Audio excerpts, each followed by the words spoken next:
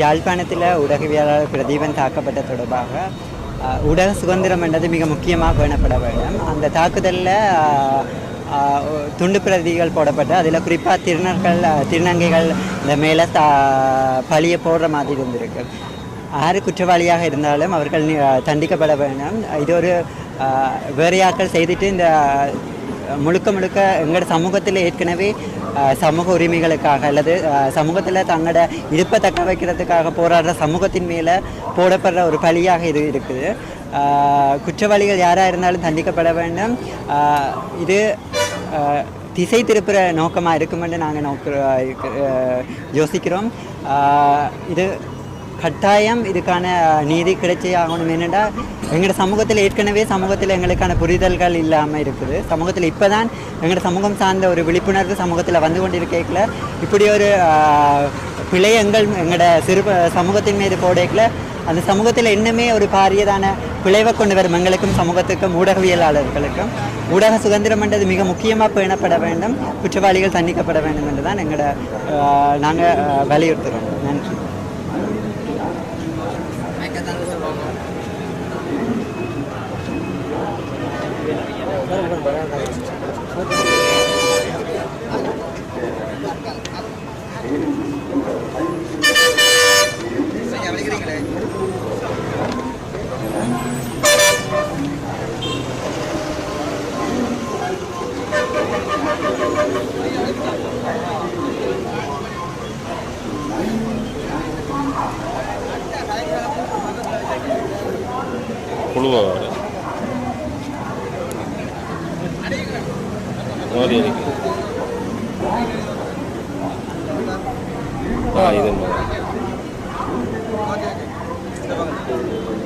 கேள்வியை கேட்க போறீங்களா? ஒரு நீண்ட காலம் ஊடகத்துறையை அவதானித்து வருபவன் என்ற வகையில் இப்போது நடந்திருக்கிற சம்பவம், ஊடகவியலாளர் பிரதீபனுடைய வீட்டை இனம் தெரியாதவர்கள் தாக்கி இருக்கிற இந்த சம்பவம் தொடர்ச்சியாக நடைபெற்ற தாக்குதல்களுடைய ஒரு இறுதியான நடந்த ஒரு சம்பவமாக பார்க்கப்படக்கூடியது. இந்த சம்பவத்தை பார்க்கிற போது இங்கே சட்டம் ஒழுங்கு பற்றியதான ஒரு கேள்வி எழுகிறது. அந்த தவறை செய்தவர்கள் அல்லது வன்முறையில் ஈடுபடுபவர்கள் மீது நடவடிக்கை எடுக்காமல் விடுவது அல்லது அது பற்றியதான உண்மையான விசாரணைகளை நடைபெறாமல் இருப்பது, அந்த விசாரணைகள் நடைபெறாமல் இருப்பது என்பதால் இந்த அரசாங்கம் ஒரு ஃபெயில் ஸ்டேட் என்ற அந்த தன்மையை பெற்றிருப்பதான அந்த சூழ்நிலைகள் மக்களுடைய வாழ்வியலே தாக்கங்களை ஏற்படுத்துவதாக இருக்கிறது. உண்மையில் ஊடகவியல் என்பது மக்கள் சார்ந்தது, மக்களுக்கானது, மக்கள் உரிமையை நிலைநாட்டுவதான ஒரு விடயமாக பார்க்க வேண்டிய ஒரு விடயம். ஆகவே ஒரு நாடு தன்னுடைய வளர்ச்சி பாதையிலே இந்த ஊடகத்துறையையும் வெளிப்பாட்டு சுதந்திரத்தையும் பாதுகாக்க வேண்டிய கடப்பாடுடையதாக இருக்கிறது. ஊடகத்துறை ஜனநாயகத்தினுடைய முக்கியமான விடயமாக, முக்கியமாக தூணாக குறிப்பிடுவார்கள். இதனை பாதுகாப்பதற்கு சர்வதேச சட்டங்கள் வலியுறுத்துகின்றன.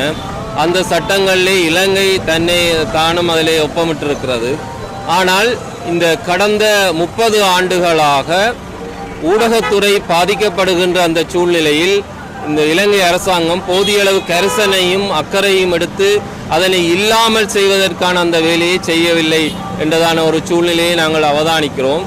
ஆகவே இந்த சூழ்நிலை நீடிக்கிற போது இலங்கை தன்னுடைய பொருளாதார பின்னடைவு, அரசியல் பின்னடைவு மற்றும் இந்த இனங்களுக்கிடையான ஒரு நல்லிணக்கத்தை ஏற்படுத்துவதிலே பின்னடைவு கண்டு கொண்டிருக்கிற அந்த சூழ்நிலை தொடர்ச்சியாக நீடிக்கும் என்றதான ஒரு நிலைமையே காணப்படுகிறது. ஆகவே இந்த திட்டமிட்டு ஊடகவியலாளர்களுடைய குரல்களை ஒடுக்குவது, ஊடகவியலாளர்களுடைய செயற்பாடுகளை ஒரு செயலற்ற நிலைக்கு கொண்டு போவது அல்லது அவர்கள் ஒரு செல்ஃப் சென்சர்ஷிப், தாங்களாகவே சில கட்டுப்பாடுகளை வைத்து செய்திகளை வெளியிடாமல் இருப்பதான அந்த சூழ்நிலைக்கான ஒரு பய உணர்வை ஏற்படுத்துகின்ற இந்த நிலைமையை நாங்கள் இல்லாமல் செய்ய வேண்டும்.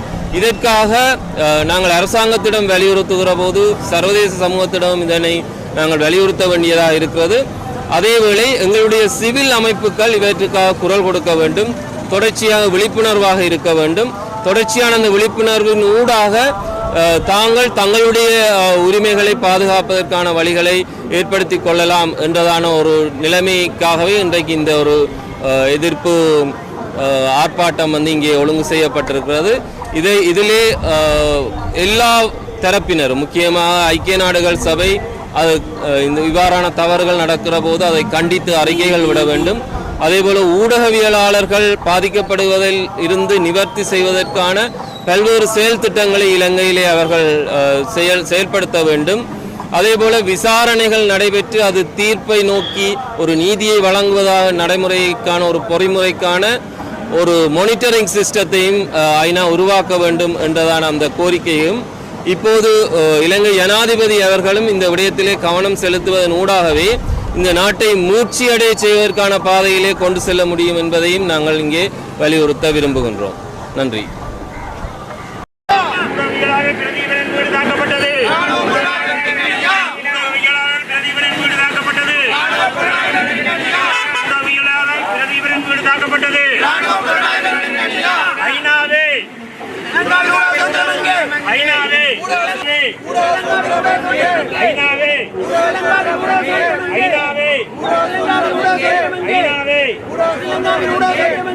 உண்மையை வெளிக்கொணர்ந்தால்